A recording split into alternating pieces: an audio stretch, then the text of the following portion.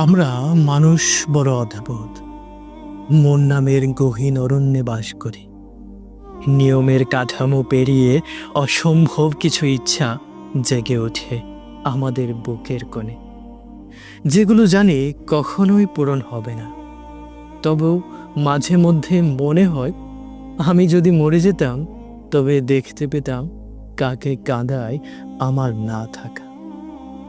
জানতে মন চায়, আমার জানা যায় কার চোখ ছিল শুকনো আর কার চোখ ছিল বৃষ্টি ভেজা আকাশের মতো।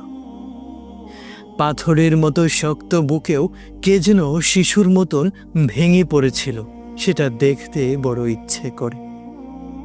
কে কে মৃত্যুর শুদ্ধ সত্য জানার পরও আমার জন্য অনিয়ম করে আফসোস করেছিল, হাহাকার করেছিল। ইচ্ছে করে জানতে আমার শূন্যতায় কয়দিন বন্ধু মহলে নীরবতা নেমেছিল। তার দুপুরের ভাত জোটে নিয়ে হঠাৎ আমার মুখ মনে পড়ে যাওয়ায়। রাতে কার চোখে ঘুম ছিল না, কার কার বুক ফুঁড়ে আমার স্মৃতির নিঃশ্বাস বের হয়েছিল, বড় জানতে ইচ্ছে করে।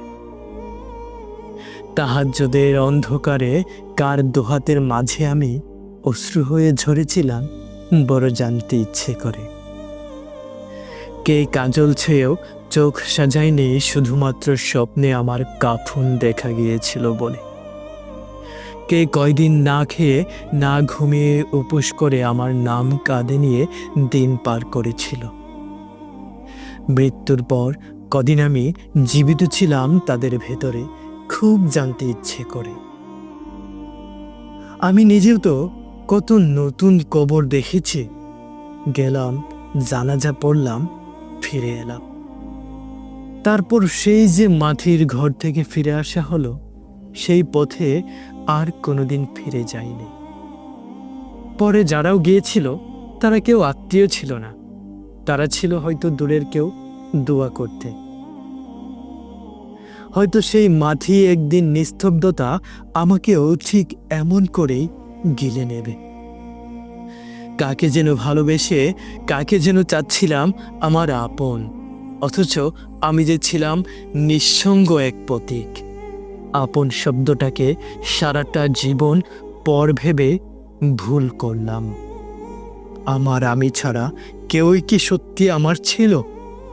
খুব জানতে ইচ্ছে করে। মরে গিয়েও কতটা বেঁচে আছি আমি, কতটুকু আমি ছিলাম তাদের মধ্যে, তাদের অশ্রুতে